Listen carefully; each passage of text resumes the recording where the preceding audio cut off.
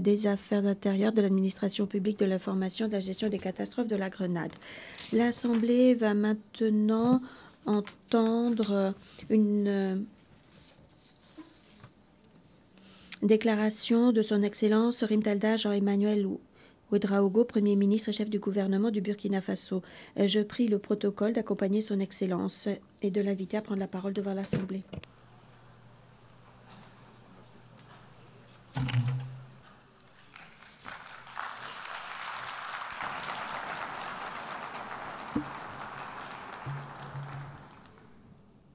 Madame la Présidente, Monsieur le Secrétaire général des Nations Unies, Mesdames et Messieurs les chefs de délégation, distingués délégués, Mesdames et Messieurs, j'ai l'insigne honneur et le grand privilège de prendre la parole au nom du camarade président, le capitaine Ibrahim Traoré, président du Faso, chef de l'État, à l'occasion de la présente session, afin d'y porter la voix du peuple digne et intègre du Burkina Faso.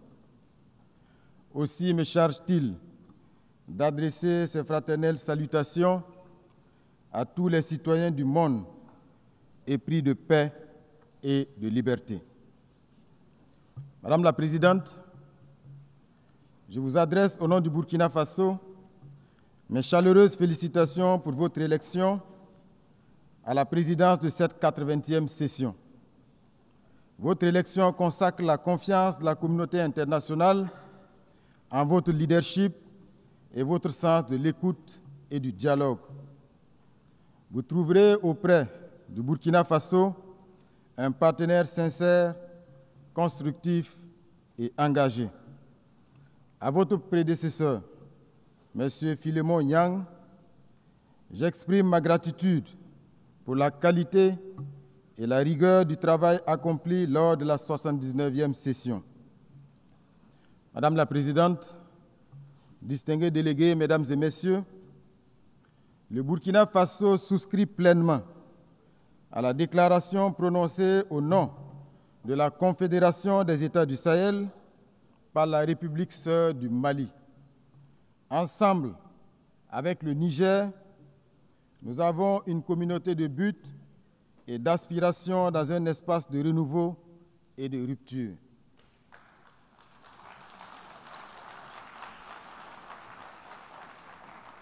Monsieur le Secrétaire général, le Burkina Faso tient à saluer l'apport du système des Nations Unies et de ses partenaires dans notre quête commune de stabilité et de prospérité.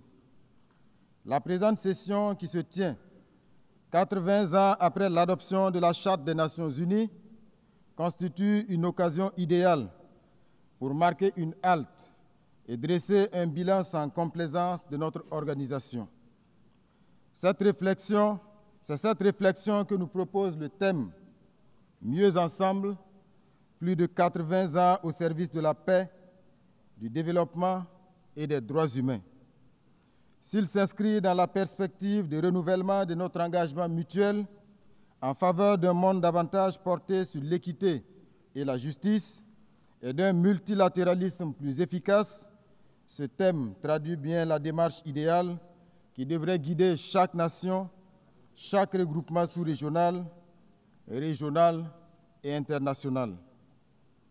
Ces noces de chaîne qui devraient incarner un temps de célébration solennelle appelle plutôt à une profonde introspection.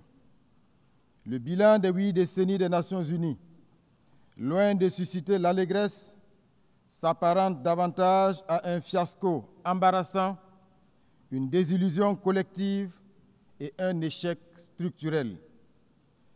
Puisque le devoir de vérité nous y invite, nous devrons reconnaître avec humilité que quoique le tableau global présente quelques acquis, celui-ci reste négativement marqué par 8 décennies d'optimisme durement éprouvé, 8 décennies d'espoir déçus, 8 décennies de rêves brisés, bref, 8 décennies de rendez-vous cruciaux manqués.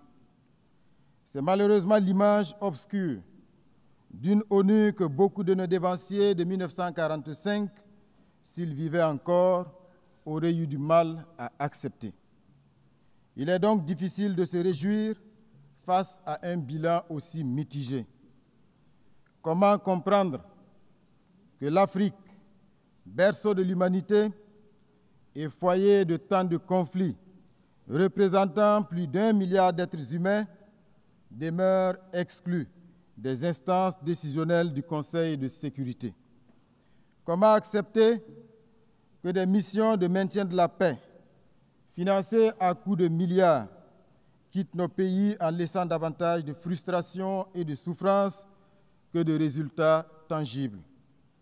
Les causes de ce naufrage collectif sont pourtant bien connues de tous, notamment des États membres eux-mêmes, qui, durant des décennies, ont, dans le cadre de l'Assemblée générale, consacré leurs énergies à défendre des causes nobles et à proposer des réformes réalistes sans obtenir gain de cause.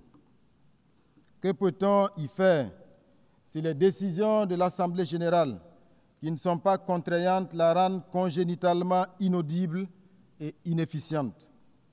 Pouvait-on espérer un meilleur bilan avec un Conseil de sécurité malade de la politisation de ses décisions, impotent du fait de ses incohérences et inefficient en raison de ses divisions permanentes?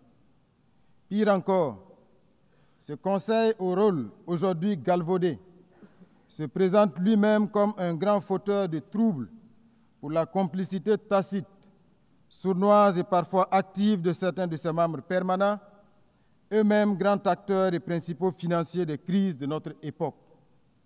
Voilà ce qu'est devenu notre Conseil de sécurité. Une entreprise, il faut le dire, funeste, qui, du fait des visées prédatrices de certains de ses membres permanents, peut entre autres décider de quel pays sera à l'ordre du jour du terrorisme international, dans quel autre envoyer des opérations de maintien de la paix, comme pour mieux légitimer son rôle. C'est donc impuissant que nous assistons aux échecs d'initiatives, pourtant judicieuses en raison des rivalités entre États et à des crises non résolues, dont la plus emblématique est le conflit israélo-palestinien qui n'a que trop duré. L'inaction coupable de la communauté internationale face à la défiance de l'autorité des États par des terroristes financés et soutenus par d'autres États s'ajoute à tous ces paradoxes inquiétants. Le temps du sursaut et des réformes courageuses est venu. Sans cela, le Conseil de sécurité restera une institution anachronique, incapable de répondre aux défis de notre temps. Mesdames et messieurs, dans un monde en profonde mutation marqué à la fois par l'essor de la numérisation et par la persistance de tensions géopolitiques, il devient impératif de repenser nos stratégies de développement économique. Le commerce international ne peut plus être appréhendé à travers les schémas rigides et déséquilibrés qui nous ont été imposés, mais doit être réorienté vers le renforcement de l'autonomie économique, la transformation locale des ressources et la promotion d'une justice sociale réelle. Il est aujourd'hui reconnu que la prospérité durable passe par des politiques volontaristes d'industrialisation, de valorisation sur place de nos matières premières et de création d'emplois décents, notamment pour la jeunesse. C'est pourquoi il est urgent de répondre avec le cycle, il est urgent de rompre avec le cycle de dépendance aux exportations de produits bruts, un modèle qui accroît la vulnérabilité de nos économies et freine inexorablement notre émergence. Au Burkina Faso, les initiatives présidentielles traduisent cette volonté ferme de bâtir une économie productive, inclusive et résiliente, capable d'offrir de nouvelles perspectives à nos concitoyens. C'est dans ce sens que mon pays réaffirme son attachement à l'édification d'un système commercial multilatéral plus juste et plus équitable, fondé sur la solidarité internationale et tirant pleinement parti des avancées scientifiques, technologiques et de l'innovation, véritable levier d'un développement durable et partagé. Madame la Présidente, mon pays traverse, comme d'autres nations du Sahel, une des épreuves les plus difficiles de son histoire. Depuis près d'une décennie, le Burkina Faso est agressé par des terroristes soutenus par des forces obscures. Ces groupes convoitent nos ressources, cherchent à briser notre souveraineté et à imposer la loi du chaos. Mais loin de nous résigner, nous avons fait le choix de la dignité et de la résistance. Sous le leadership du camarade président, le capitaine Ibrahim Traoré, nous avons décidé de prendre notre destin en main, en mobilisant nos forces de défense et de sécurité, appuyés par les volontaires pour la défense de la patrie, véritables héros du quotidien, en instituant le Fonds de soutien patriotique, alimenté par les contributions volontaires de nos citoyens, de notre diaspora et des amis du Burkina Faso à travers le monde. Depuis 2023, ce fonds a déjà collecté plus de 413 milliards de francs CFA, preuve éclatante de l'unité et du sursaut patriotique de notre peuple. En engageant des réformes historiques pour atteindre la souveraineté alimentaire, réhabiliter nos terres, relancer notre production agricole et réduire notre dépendance aux importations. Ces efforts déployés par tout un peuple déterminé portent leurs fruits. Plus de 72% de notre territoire ont été reconquis, des milliers de déplacés internes regagnent leur localité, des écoles rouvrent, des services sociaux reprennent vie. Le Burkina Faso démontre ainsi qu'un peuple uni et debout peut surmonter les épreuves les plus dures. En tout état de cause, le Burkina Faso réaffirme en toute responsabilité que ses priorités ne sont pas négociables et que ses choix sont plus que jamais à respecter. Mesdames et messieurs, nous inscrivons notre action dans le sens des vertus de la solidarité et de l'unité avec la conviction profonde qu'un peuple rassemblé autour d'un idéal commun peut accomplir de grandes choses. Les efforts conjugués de nos concitoyens de l'intérieur comme de la diaspora et leur adhésion enthousiaste à la dynamique impulsée nous confortent dans la justesse des choix que nous avons opérés sous le leadership du camarade président du Faso. L'engouement suscité par le Fonds de soutien patriotique et l'initiative présidentielle Faso-Mebo en est la parfaite illustration. Institué en 2023, en appui au plan d'action pour la stabilisation et le développement, le Fonds de soutien patriotique a pour vocation de mobiliser de manière endogène des ressources nationales supplémentaires afin de renforcer nos capacités de défense et d'investissement stratégique. Ce fonds a suscité une adhésion massive tant à l'intérieur du pays qu'au sein de notre diaspora. Madame la Présidente, la poursuite méthodique de nos réformes nous permet de saluer aujourd'hui des avancées majeures en matière de gouvernance économique, meilleure maîtrise des dépenses publiques, gestion optimisée des ressources humaines de l'État, rationalisation des charges institutionnelles et maintien d'un endettement viable.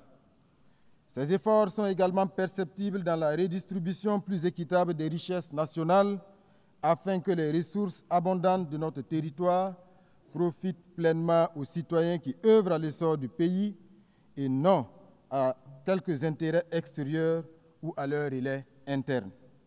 Malgré les difficultés inhérentes à la crise sécuritaire et humanitaire, les actions gouvernementales couvrant l'ensemble des secteurs de développement socio-économique enregistrent des succès notables.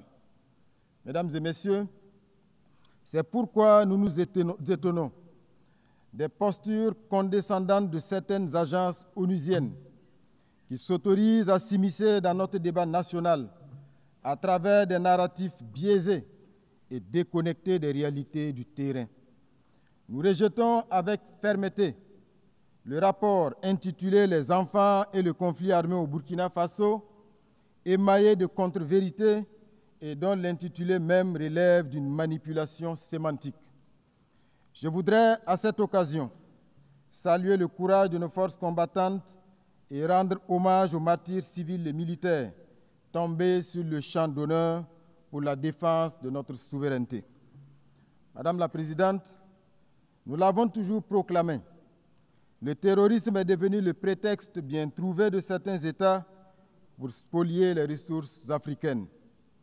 Ainsi, nos pays se retrouvent confrontés à des terroristes qui ne sont en réalité que des supplétifs d'armées étrangères prédatrices. Certains États, d'ailleurs, ne se cachent même plus pour revendiquer publiquement le soutien qu'ils apportent à ces criminels. C'est le cas de la France, du régime Macron, dont les médias publics, en plus de la désinformation quotidienne, sont devenus des relais de la communication des criminels, auteurs d'attaques lâches et barbares perpétrées contre de paisibles citoyens.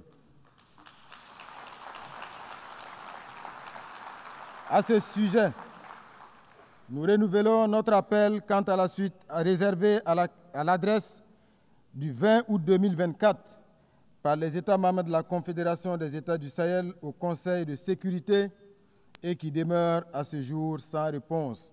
Ce silence persistant ajoute au discrédit de l'institution et laisse planer le doute sur une complaisance implicite. Plus inquiétant encore, certains membres du Conseil de sécurité continuent de piétiner la résolution 1373, pourtant contraignante, qui impose la répression du financement du terrorisme, le renforcement des contrôles frontaliers et une coopération internationale accrue.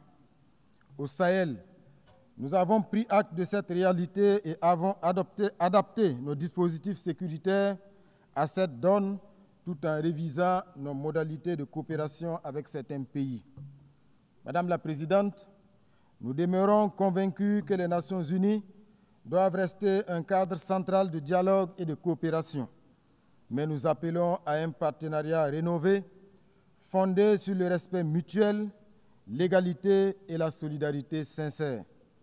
Mesdames et Messieurs, face aux menaces communes et aux ingérences extérieures, le Burkina Faso, le Mali et le Niger ont uni leurs forces pour fonder la Confédération des États du Sahel. L'AES n'est pas un repli, encore moins une fermeture. Elle est une affirmation, l'affirmation de notre droit de disposer de nous-mêmes, de définir nos priorités et de bâtir une coopération régionale au service exclusif de nos peuples. C'est un choix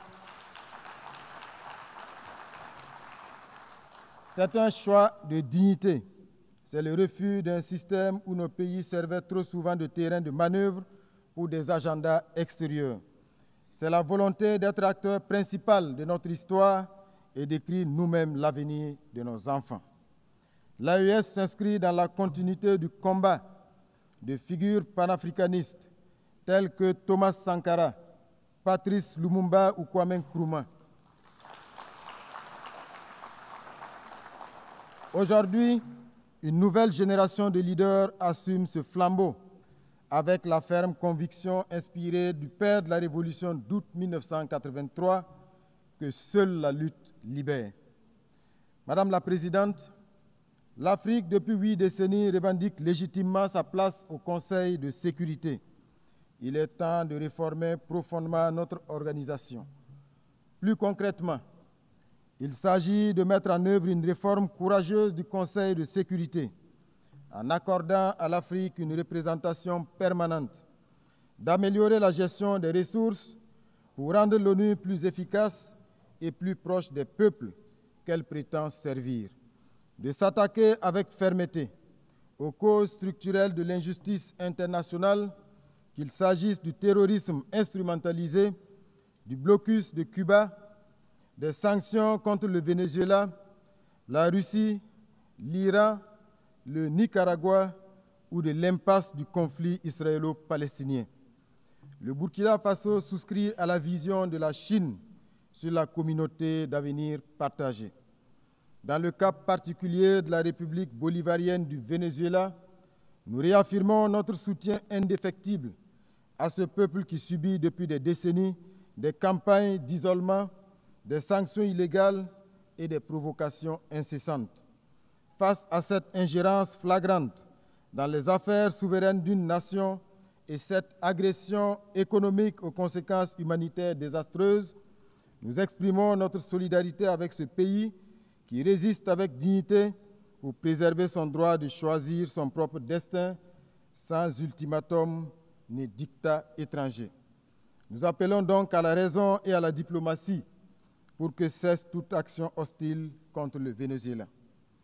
Monsieur le secrétaire général, je voudrais à présent m'adresser à vous.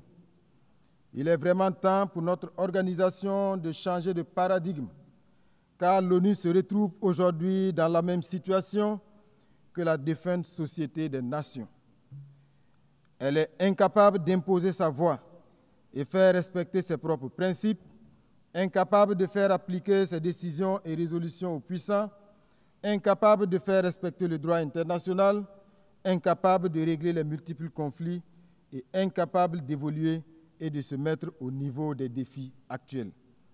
Monsieur le secrétaire général, vous avez une belle occasion de rentrer dans l'histoire en prenant vos responsabilités pour une transformation en profondeur de cette organisation qui a suscité à sa création tant d'espoir. Vous avez le soutien ferme de millions de citoyens du monde pour faire de cette organisation un véritable garant de la paix et de la sécurité dans le monde et non un instrument de domination aux mains des forts du moment. Malgré les pressions diverses et les enjeux de pouvoir, nous vous savons assez ingénieux pour affranchir l'Organisation des Nations Unies et la placer à la hauteur de nos ambitions communes. Madame la Présidente, abordant les questions de développement, le Burkina Faso salue la tenue de la 4e conférence internationale sur le financement du développement et forme le vœu que les conclusions de la réunion de Séville puissent contribuer à l'avènement d'une architecture financière plus équitable, respectueuse de la souveraineté des États et soutenant une transformation réelle des pays en développement. Dans la même veine, il demeure impérieux de s'attaquer aux facteurs qui constituent un frein à la pleine réalisation des objectifs de développement durable censés transformer positivement notre monde sous l'égide des Nations Unies. Mesdames et messieurs, 80 ans après la Charte des Nations Unies, notre organisation est loin d'avoir répondu aux espoirs de 1945. 80 ans après, le monde est plein d'injustices et de souffrances et les risques d'un autre conflit généralisé se précisent et sont source d'inquiétude pour l'avenir. Mais il n'est pas trop tard pour redonner à notre maison commune l'élan qui lui manque. Le Burkina Faso, fidèle à son héritage panafricaniste, réaffirme sa foi en un multilatéralisme rénové, juste et équitable. Nous sommes résolus à défendre notre souveraineté et notre dignité, mais nous tendons la main à toutes les nations éprises de justice, de liberté et de solidarité. Vive l'Organisation des Nations Unies réformée et crédible. Vive la Confédération des États du Sahel. Vive le Burkina Faso digne, souverain et debout. La patrie ou la mort, nous vaincrons. Je vous remercie.